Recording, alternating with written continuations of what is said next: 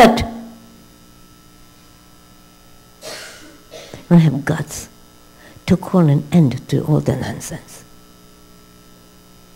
Don't you dare talk that way. It's despicable. Don't you dare listen to that filth. It's despicable. Guts. We follow like blind sheep. The one who has the big mouth. The media.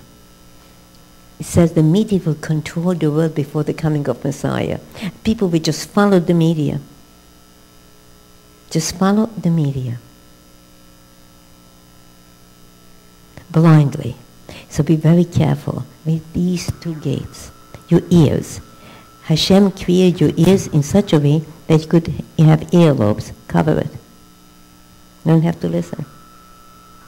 Hashem created your ears in such a way that you could put your pinky in there. You don't have to listen. Do you understand what I'm saying here? Your ears are very important. 2 ears. When King Solomon, at the age of 13, was left an orphan, and he had to send the throne of David, Hashem said to him, "What would you like? What would you like?" And King Solomon said, "I'm so afraid, God, to send the throne of my father and to do justice." So God says, "I told you, make a wish." What would you wish for? You are 13 years old. You are going to be the queen or the king of Israel. You have to sit on the throne of your father David. What would you ask for? It says, Lev Shamea, a listening heart. He didn't ask for money. He didn't ask for popularity. He didn't ask for power. He didn't ask for chokhmah, wisdom. No, he was the wisest man, but he didn't ask for wisdom. Because he knew that people could be very smart and miserable. People could be very smart and misuse their smartness to create evil. People could be very smart and destroy. Very smart and destroy. The Nazis were very smart. And they used their wisdom and their smartness and their cleverness, their intelligence to build gas chambers and crematorias. Smart doesn't mean anything. Many smart people are evil people. Depends what you do with it. So as for a heart that listens, I should understand with my heart, because the heart misleads. I understand with my mind, but not with my heart. So ask for a listening heart. Be very careful what you listen to. Your 2 other gates. Your eyes. You have to have ayin tova, a good eye. What's a good eye? Doesn't mean 20/20 vision, no. It means that when somebody wishes you mazel tov, and you know that they are in a situation like you're getting engaged, right? And this person wishes you mazel tov, has been trying to get a date for years.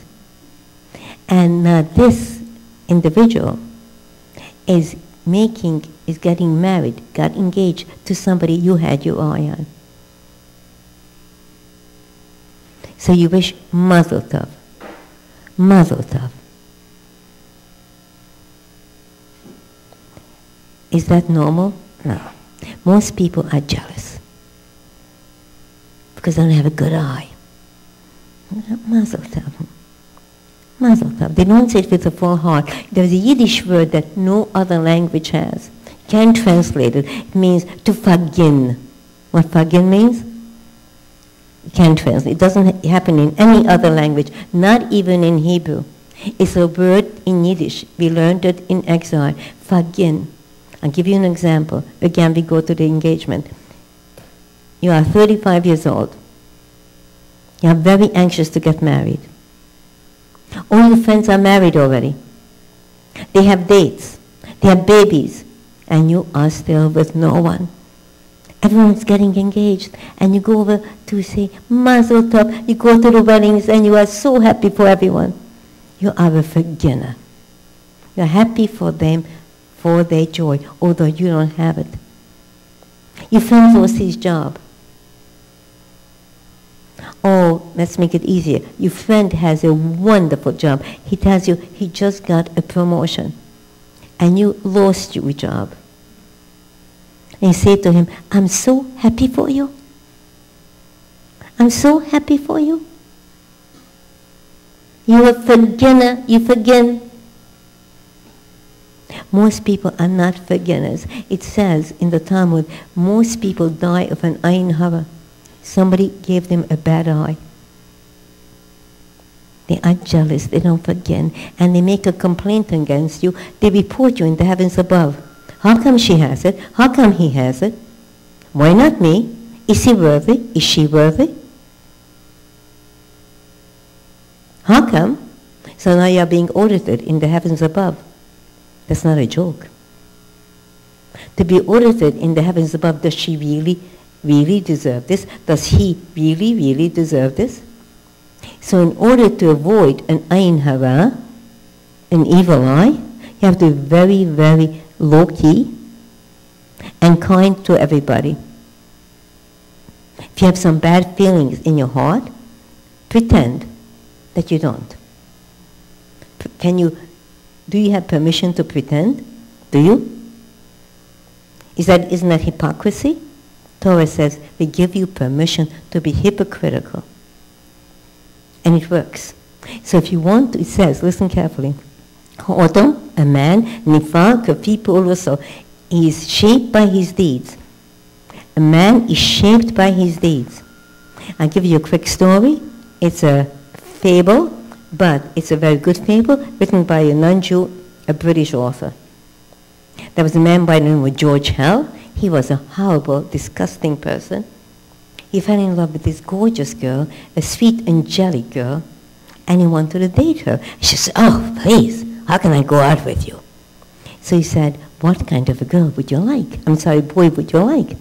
So she describes he's her prince, what she would like. And he listens, and he says, I am in love. I'm going to go to an artist. He will make me a mask.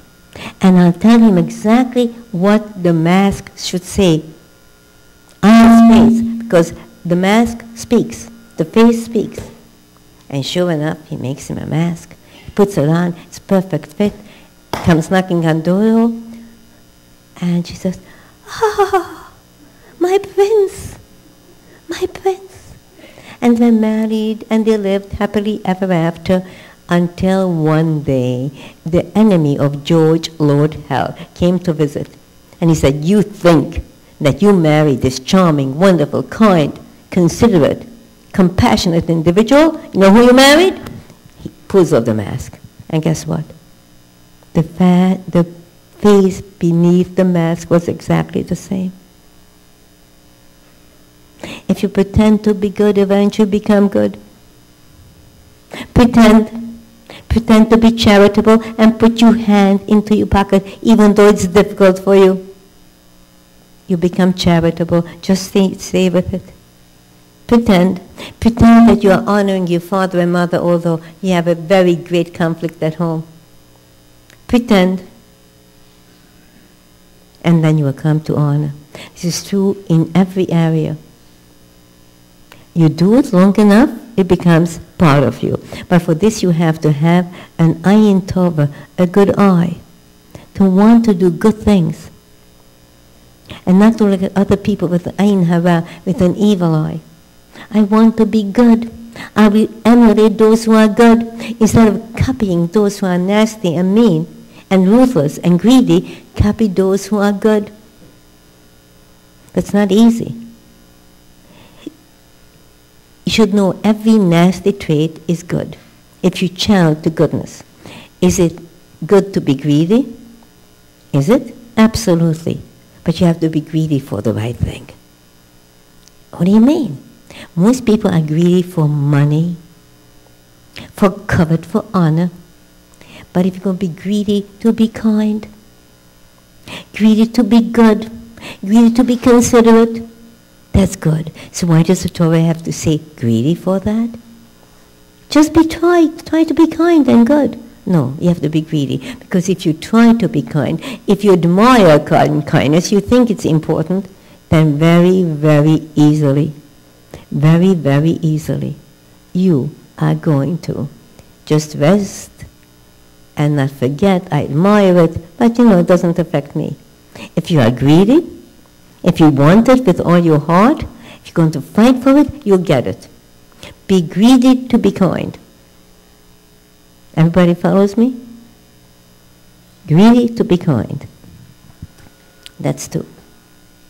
Also, a good eye. You have to be able to close your eyes when you see something not nice.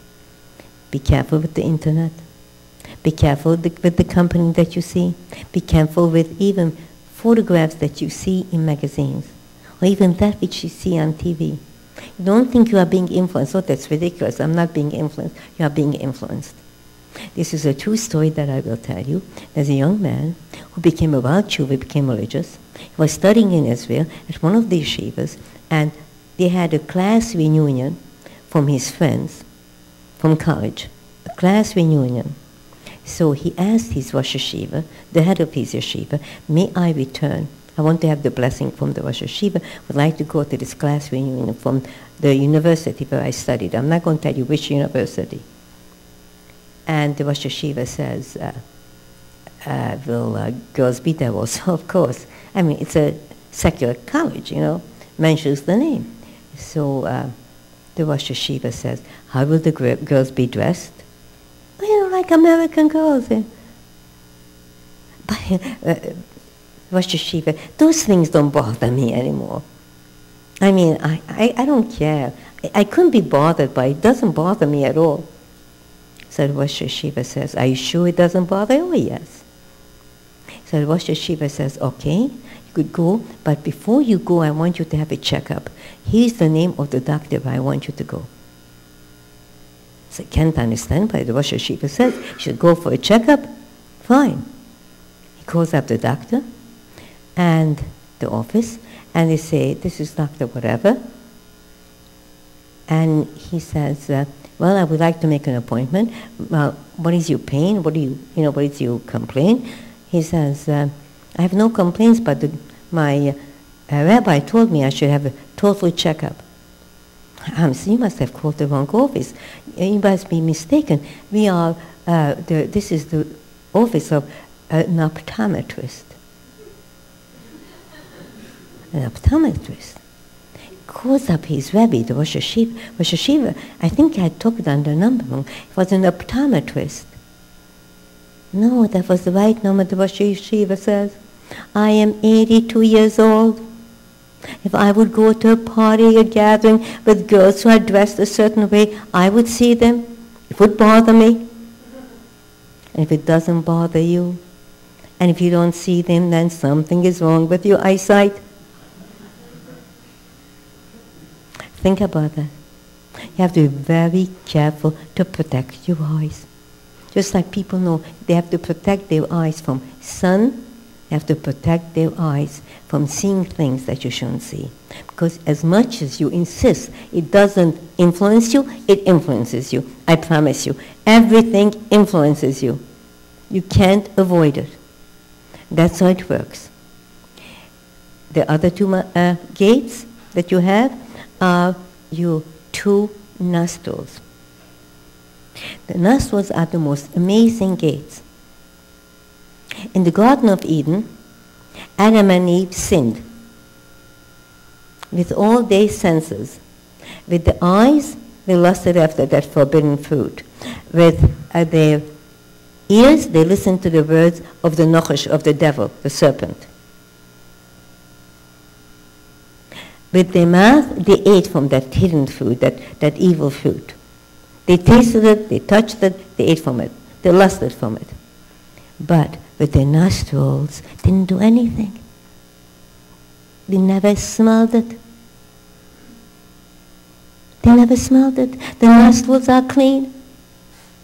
So even to this day, people say in every language, something doesn't smell right. Doesn't say something doesn't taste. Something doesn't smell right. Something smells fishy. Because the nostrils can tell. Your eyes cannot tell. They've been contaminated. Your ears cannot tell. You learn the wrong thing. You listen to the wrong thing. Your ears are contaminated. Do you understand this? But the nostrils are pure. Something doesn't smell right. Doesn't smell right. So what happens when Shabbos is over? We take some besamim. Besamim means spices. And we take a deep breath and make a blessing and the aroma of the delicious besamim. So we should take the aroma of Shabbos with us for the entire week. Because Shabbos, we have purity. We don't have the subtle, the evil inclination attacking us. Nostrils. Nostrils are very, very pure. Be careful with your nostrils. Because if you contaminate your nostrils, like some time ago people were sniffing smoke, sniffing drugs. Be careful. Because that's the one gate. The two gates are still pure. Then comes your lips. Lips are very dangerous. Life and death are in the tongue. Hitler, Yamach Shemam, destroyed this entire world without ever holding a weapon in his hand. What did he do? He galvanized the entire world with his speech, with his words. Destroyed the entire world. Galvanized the entire world with his evil tongue. Your mouth, your lips are very dangerous. Therefore Hashem gave us two gates, your teeth and your lips. Lock the gates before you speak. Think, should I say this or should I not say this? You could always say it tomorrow, but once it's out of your mouth, it's too late. Think carefully. Lock the gates. Your teeth and your mouth. Be very careful with that. Hashem created the world with Asor Mamoros, with 10 proclamations. What does it mean? Vayomer Elokim, and God said, Vahi or let there be light. And there was light. 10 times God said different things, proclamations, and was created. Can you create with your words? Does that make sense? Yes. You have to learn from God. With your words, you could create either goodness or evil. Be careful. When you curse, you create evil spirits. In our crazy society, cursing has become politically correct. F you and F that, SH, and all kinds of crazy words. Children are cursed by their mothers, and children curse their mothers back. It's normal language today. In an office, in a university, people curse. It's a situation today where we are bringing on our own destruction. There are shading evil spirits everywhere. You say that's ridiculous. Ridiculous? Just look at your society. Look at what's going on. Look who is running for mayor of New York. I mean, just think it. Think about it. Just think, the two candidates, or the controller also. So we have 3 people running. And what is amazing is that New York accepted their nomination. How did they get the nomination? Never mind, who is winning, but just the fact that they were nominated and they had sufficient votes with which to run. Isn't it amazing? Isn't it amazing? Do you know what this says about our society? Ever think about it? Ever think about it? And a sports star comes out and he declares that he's homosexual. And the President of the United States congratulates him. So brave, so wonderful. What does this say about our culture? Your lips change the world. So Hashem created the world with 10 proclamations. So you should know that whatever you do, when you speak, you are changing the world for the good or for the evil. Be careful with that. Now listen carefully. There's an amazing word that's international. It's spoken and is said in every language, which testifies that Hashem created the world with language, because that language will always remind you, be careful with your lips. It could kill, it could destroy, or it could bring life and could blessing. What is that word, that expression?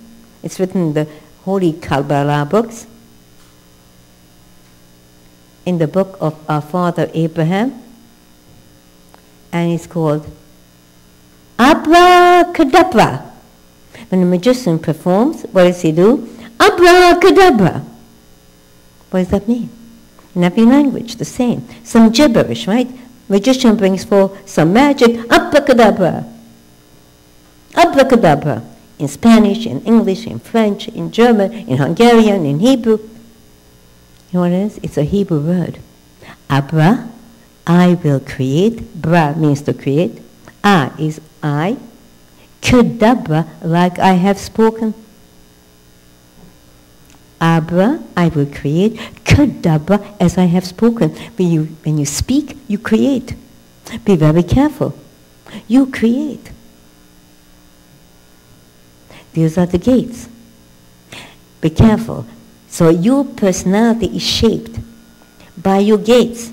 Hashem gave you a pure neshama, a pure soul, and a neshama shall not have to be to Hava. He will say it every morning, God, you gave me a pure soul. Ato yotzato, you created, ato nefachto bi, and you breathe it into me. You breathe it into me. But your personality is based upon your gates, how you protect your gates. That which you see, that which you say, that which you hear, all are influencing your personality. So you have to have judges and officers. Judges, so you should be able to discern, is this right, is this wrong? Should I see this, should I not see this? Should I say this, should I not say that? And then you have an officer at that gate. Quiet, don't talk. Quiet, don't do. Shut your ears. The officers have to be there to remind you. That little man in your head has to remind you. He's an officer. Don't listen. Don't do. You have to know how to make a judgment call. It's right. It's wrong. There are no grays in Judaism. Either it's right or it's wrong. Either it's right or it's wrong. No grays. We don't have such a thing as, well, as long as you're happy. What's happy? Doesn't make sense. People say to me very often, I may not be religious, but one thing I'll tell you, Rebbeztin, I'm very spiritual, and I keep the 10 Commandments. I say, oh, that's very nice. Which commandment do you keep? Well, I know I have to be happy, so I'm happy. I said, amazing. Tell me, could you show me? What number is that commandment? There's no such commandment. You know why? Because man is a very, very greedy person. He's not capable of making a good judgment call unless he has officers and gates at his gates. This you cannot see, this you cannot hear, this you cannot say. So if somebody tells you something juicy, somebody tells you to say something horrible, you have an officer. Is this right? Is this wrong? And you have to have a very important ingredient. Officers and judges. That is what shapes your personality. You have an innate ability to be holy and good, and then you have to have your personality shape you.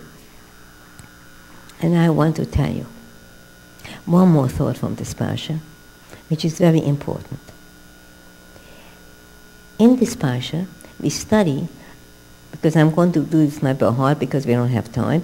In this parsha, we study about the laws of a country that has to live, the establishment of Medinat Yisrael, the land of Israel, in ancient times.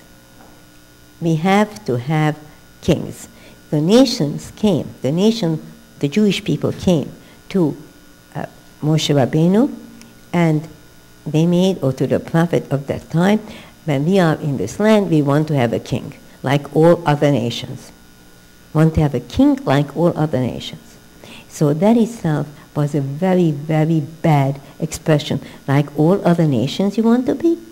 You want to have a dictator like all other nations? Yes, because they wanted to do what they wanted to do and not be bound to the connection of God. I want to have this, I want to have that. An ancient man worshipped idols, and the kings worshipped idols, and they had all kinds of horrible, passion and greed and lust, that they indulged in. And we want that the king should endorse it. It happens. It happens. King endorses it. And then the Torah says, when we arrive to the land of Israel, yes, have a king, appoint a king, but that man whom God appoints you. Not the one that you choose, that which God appoints you. So, for example, King David was appointed by the Almighty God, by the God himself. What had happened, I don't have time to go in it, but it's written that King David was despised by his brethren. They maligned him. He was short and stocky, didn't look royal, looked totally differently from all his brethren. And yet God said to Samuel the prophet, he's the one. He's going to be king of Israel. It's a whole long story, but God is the one who appoints the king. God looks at people differently than a human being. You see somebody who's tall and magnificent and wears the proper suit, and a girl that wears the proper dress and has the proper weight and this and that. That's how you judge a person. You judge a man by what he has in his pocket. You never think of looking into his soul or into his heart. What he has in his pocket. That's how you make your judgment call. God doesn't make the judgment call. Can you imagine coming up to the heavens above and say, God, I accomplished so much in this world. Really, what? I have real estate in New York and in Chicago, and I mean all over. Buildings all over. And I have a portfolio, and I built an empire. Does that have any meaning in the heavens above? They laugh at you.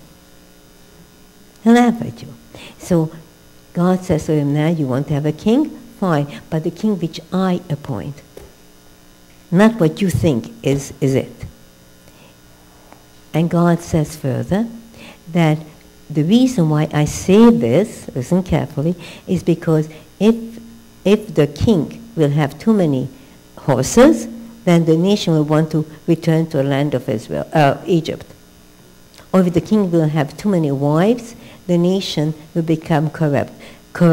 Not the nation at first, but the king. If the king is corrupt, the nation becomes corrupt. And if the king wants to go back to Egypt, the nation wants to go back to Egypt. What are we talking about?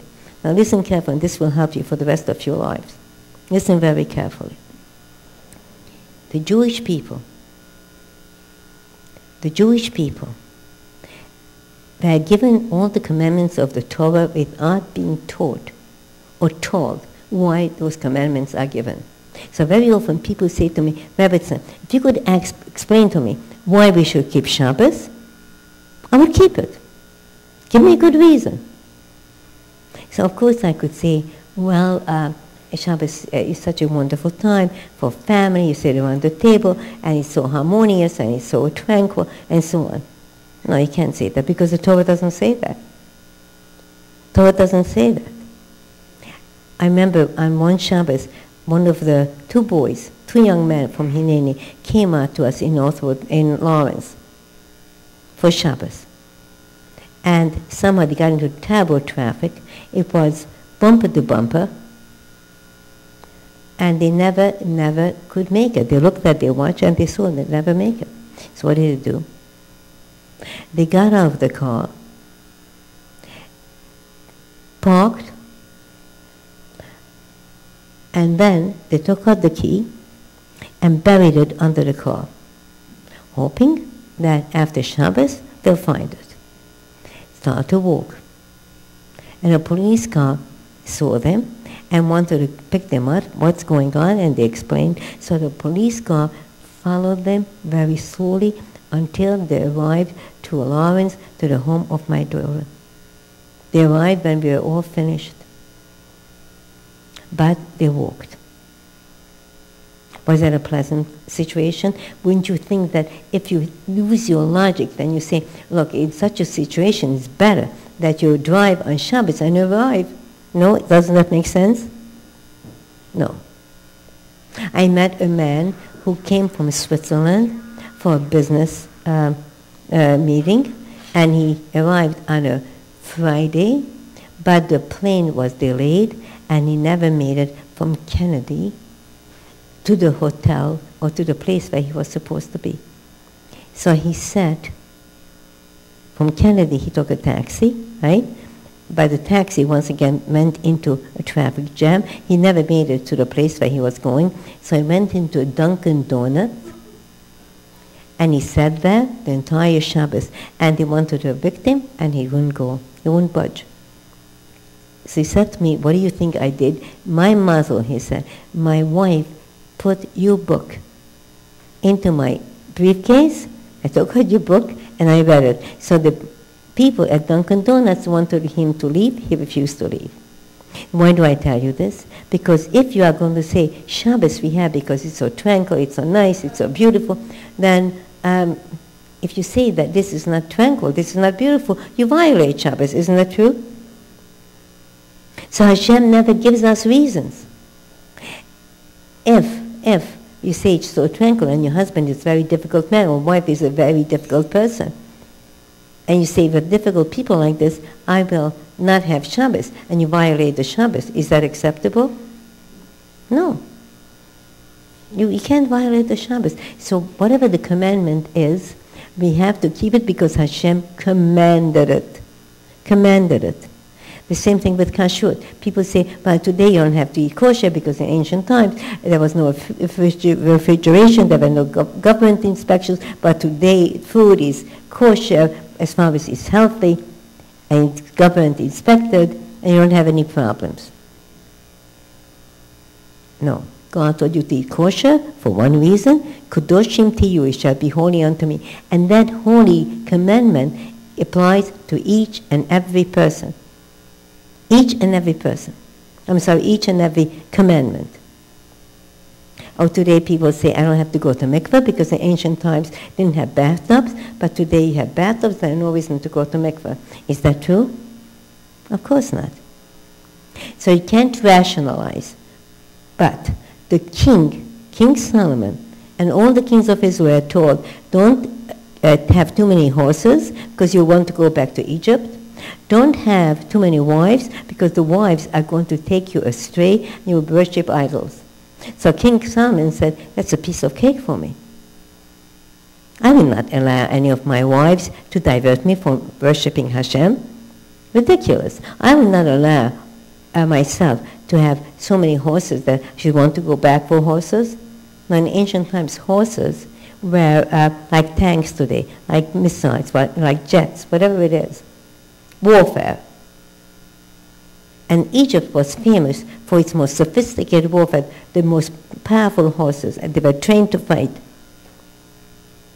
So the king is the only one who is given reason for his commandments. Why? Shall I tell you why? Because if the king who is told why he should keep, not violate that commandment, why she should keep it, if this king still violates, he is not going to fall into it. He says, I'm not going to be immune to it. No one's going to be able to do anything against me. It doesn't work that way. It doesn't work that way. The king fell. The king fell. And once the king falls, then you should know that you could also fall. Everyone could fall. The only reason why you don't do something is because God commanded it. King Solomon, the end of his days, he married 1,000 wives. Why 1,000? Why so many? Not because he was obsessed with girls. But he married 1,000 wives because in those days, if you made a peace treaty with any other country. He had to marry the princess. So he said, King Solomon would be a piece of cake for me because I'll convert them and they'll be all observant. And sure enough, he did. But in his old age, the wives took over and they introduced idol worship. And then Pharaoh's daughter came to the palace of King Solomon. She did a terrible thing.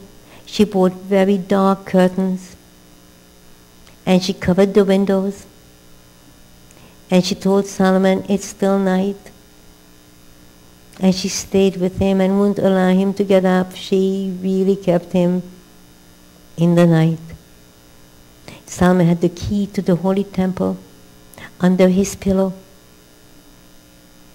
And that night, King Solomon overslept. The princess of Egypt allowed it to be dark. He overslept, and the service in the temple did not take place. And that was the beginning of the end. And his mother, Bathsheba, came to him and slapped him. How could you have done this? But it was too late. My son, whom I carried under my heart, was too late. So if King Solomon could make a mistake, he said, oh God, if I would have been a street cleaner, not the king of Israel, it would be much happier for me. You understand this? Horses, greed, money, they will turn you into someone who is not what you should be. Money is more dangerous than poverty, because money could make you into greedy, nasty, mean individual, ruthless and arrogant. And poverty is humility. So be careful. No horses. No horses, not too many wives, humility and modesty. And why does Hashem do this? Because Hashem wanted to prove to you that even as the king makes a mistake, so you could make a mistake as well. Be careful, children. People say to me very often, Rebbeztin, if you could give me a good reason why I should observe this, I'll do it. I always say to them the same answer, are you out of your mind? I should give you a good reason, and the reason that God gave you that you should be holy, that's not good enough? We don't have any reasons for our commandments. They're not logical. But you will say to me, if you're knowledgeable of the Torah, that we have a book called Ta'amei HaMitzvot, the reasons for the mitzvahs. Now you know, you've been with me, that every Hebrew word is definitive. So ta'am doesn't mean really reason. Ta'am comes from the Hebrew word ta'am.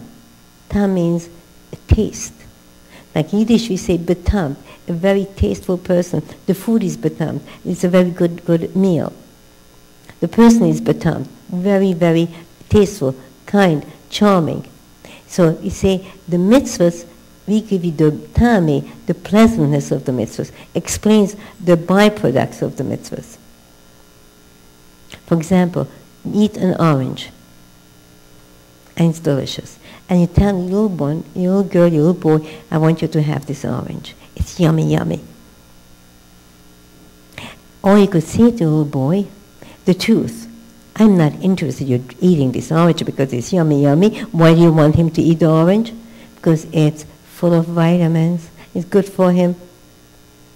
If you are going to say to your little one, this orange is full of vitamins, it's very good for you, it will energize you, do you think your little one will say, oh good, I'll take it? But if you say to your little one, it's juicy, it's yummy, taste it, I love it, you will love it, he will eat from it. You follow what I'm saying, friends? So never depend upon your minds, because your minds could mislead you. So Ta'amei HaMitzvot, taste for the mitzvahs. That's what we have, just a taste. You should understand the benefits you will have. But that's not the reason why God gave them. It's benefits that you will have. So, in conclusion, I will leave you with one last thought. Prepare you for Rosh Hashanah Yom Kippur. We had a miserable, miserable man in our history. A despicable man. Alonso Dario, that was his name. He was such a despicable man that he went to every harlot, every prostitute in the world. And yet everybody gave up on him. There's no hope for him. And one day, he got a message. A wake-up call. The prostitute that he was with, all non-Jewish, said to him, Alonso Dario, you will never go to heaven. You will rot in hell for everything that you are doing. It's not my business, I don't care. But I'm telling you, you will rot in hell. Your God will never accept you. And somehow, these words penetrated his heart, and he ran out into the forest, and he fell on his face, and he says, Shomayim v'oretz, heavens and earth, have mercy upon me. No answer. Harim u'gvaot, mountains and hills, have mercy upon me. No answer. Kochavim, stars and constellations, have mercy upon me. No answer. What does that mean?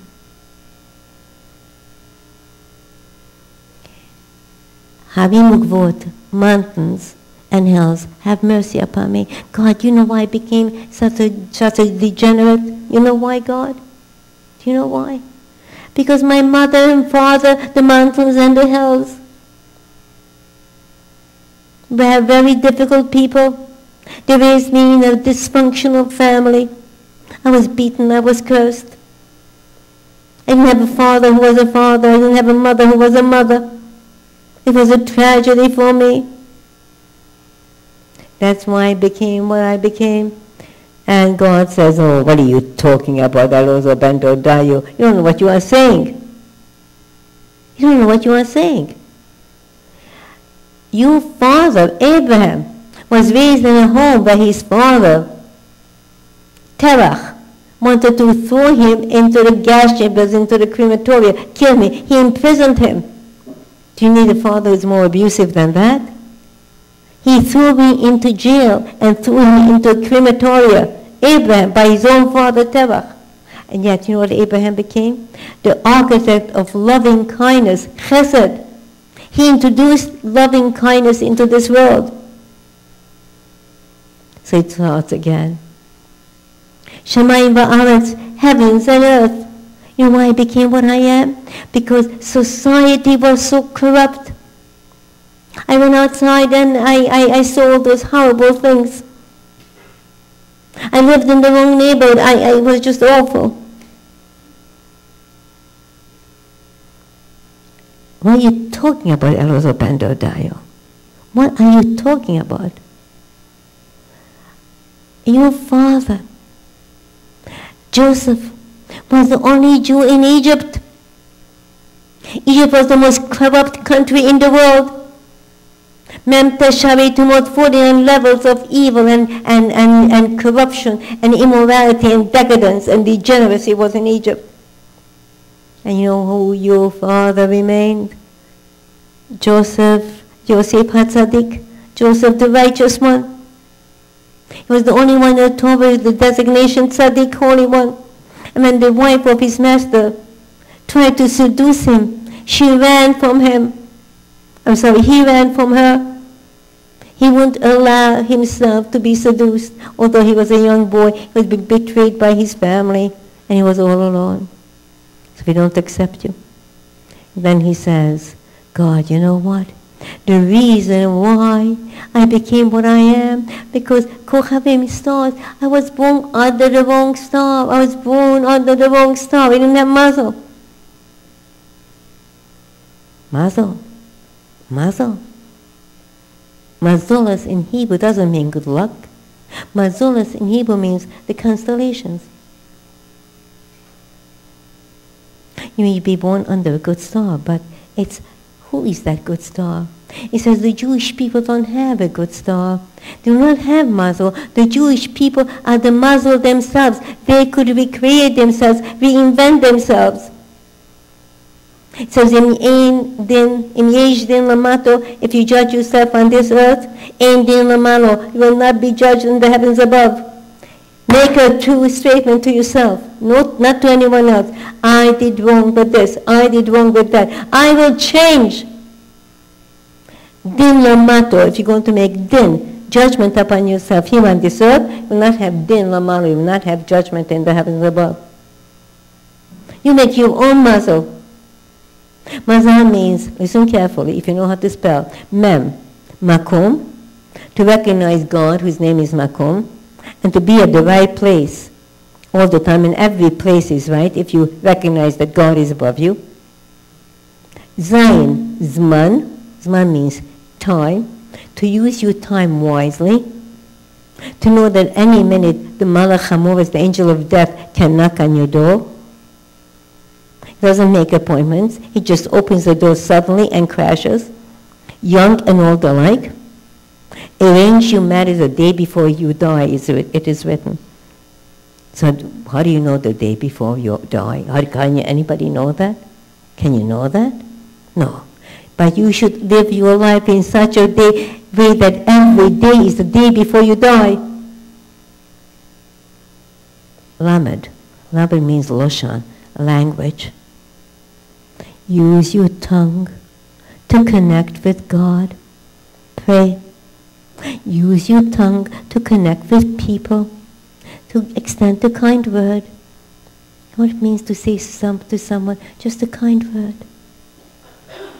How are you? You look so nice today. You look so nice. You go to a hospital, you see somebody there, and you see they're crying. You don't know them. You don't even know if they're Jewish or not. You go over to them. Don't worry, it will be good. Have faith. Have faith. The other day, I myself was in a doctor's office. And I'm in the waiting room. And in comes a lady with an elderly man. And she's given the form she has to fill out. And I couldn't help but overhear. Did you ever have this? Did you ever have that? And she says, Daddy, I have to say yes, right? And the father says, yes, honey. And I see her hands trembling, her eyes are filled with tears. I'm going to be honest with you, it was in a place where you had mammographies. And her eyes filled with tears. I take out my Tehillim, my Psalms, and I say to myself, I will pray for her. I don't know who she is, but I will pray for her. And I say to her, I'm praying for you. And she sees my Tehillim, my book of Psalms. She says, you Jewish? I said, yes. Oh, I am also Jewish. Do you know your Jewish name? No. I asked the father, do you know your daughter's Jewish name? No, I don't think they ever gave her one. Are you really Jewish? Was your wife Jewish? Is she Jewish, if she's alive? Yeah, what is her name? I don't know. How about you? I said, I think my name is Ephraim. That he knew. So I davened with her. I explained to her each word and asked her to say the Shema with me. And we say Shema. And then they call her in. And she's crying. And the father is in the waiting room. And he's crying and crying. So I said to them, it's Bashat, it's meant to be that you met me. I'm going to give you a book of Psalms and take it home and say it every day. I do not know what happened to him. I will say this to you. 10 years ago, I was speaking in Seattle, Washington. And I remember a young man came over to me. He started to talk. I found that his name is Chris. I said, your name is not Chris. Your name is Chaim. You are Jewish life. 10 years later, he's here tonight to say thank you. You understand the miracle of the Jewish people? Do you understand this? So I want to say to him, L'chaim Tovim, may you have a good life. A good life. And may all of you have a very good life. A very good life. So what is the story at the end of Elazar ben Dodayo? He saw that not muzzle would apply to him, not father and mother, not environment. These things do not stand up for the Jewish people. We are not a nation that goes to shrinks and justify everything. You know what he did? He fell on his face. And he wept and wept and wept. And he said, Im Kain, if this is the case, in Hadol Toru I will be. This entire matter depends upon me. And he wept and wept. And a bas called, a voice came forth from heaven and said, Elazar ben Dodayo has become accepted, has been accepted, and henceforth he's going to be called Rabbi Elazar ben Dodayo. How did he get smicha? How did he get rabbinical ordination so quickly? You know what a rabbi is? Someone who is able to teach you how to come back to God. Somebody who's not going to throw you out, but allow you to come back to God. Allow you to come back to God. We have a Jewish commandment. Never forget it. Kol ma shabaz habayis omer, aseh. Everything that the master, the host tells you, you do. Chutz mitzeh, except when he says to you, leave. You don't leave. Meaning, if God says to you, get out, you are not worthy. Too many sins. Say, God, I'm not getting out. I am your daughter. I'm your son. I'm clinging to you. I will not get out. I'm here to stay with you. I'm coming home to you. And nothing in this world can move me from you. Then God will say to you, you have a good life. Now you are a rabbi who knows how to teach others to cling to God because you are clinging. Never say that you give up. Never say there is no God. God is here. And He's your only hope. Because if not for God, in 1 second we are gone. Just like that. Just like that. Be careful, children. Coming to Rosh Hashanah, coming to Slichas, all of you are invited. Saturday night is Slichas. Pick up the brochures, the information at the desk, and we have Rosh Hashanah at the beautiful Essex House. Everyone is invited. You don't even have to pay for coming to our synagogue services there. Why? Because we love you and you are Jews. And you don't have to go out. No one will tell you to go out. We'll say, you are here and stay here.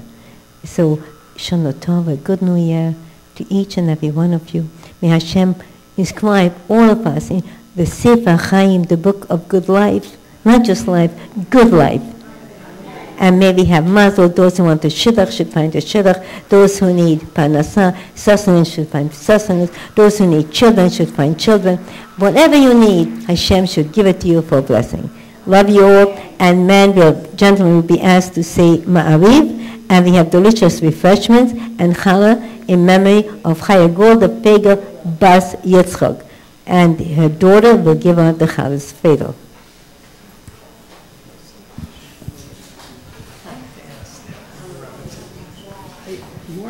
For me, more important than getting married